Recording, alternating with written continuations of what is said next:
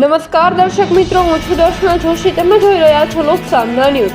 તો જોઈએ આજના સમાચાર. લાઠીથી અમારા રિપોર્ટર ભાવિન સાકરિયા સાથે.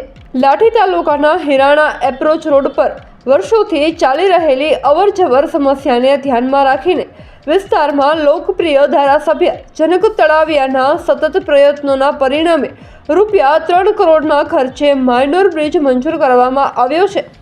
આ મંજૂરીથી વિસ્તારના વિકાસને નવી દિશા મળશે. હિરાણા એપ્રોચ રોડ પર આવેલા નાળામાં વરસાદી સિઝનમાં પાણી ભરાઈ જતા વાહન વ્યવહાર સંપૂર્ણપણે બંધ થયો હતો.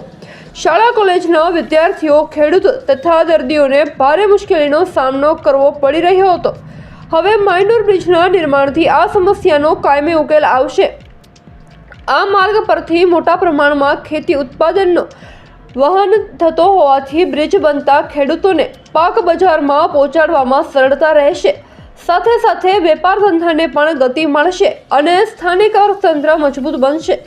ધારાસભ્ય જનક તળાવિયાએ વિસ્તારની સમસ્યાઓને ગંભીરતાથી લઈ સંબંધિત વિભાગમાં સતત રજૂઆત કરી હતી.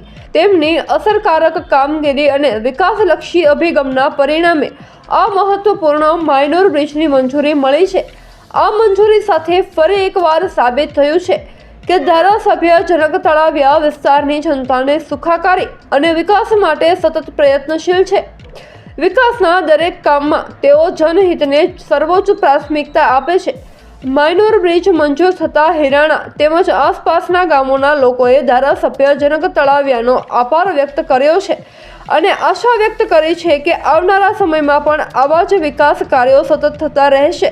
તો ફરી મળીશું એક નવા સમાચાર સાથે. ત્યાં સુધી જોતા રહો લોકસામના ન્યૂઝ.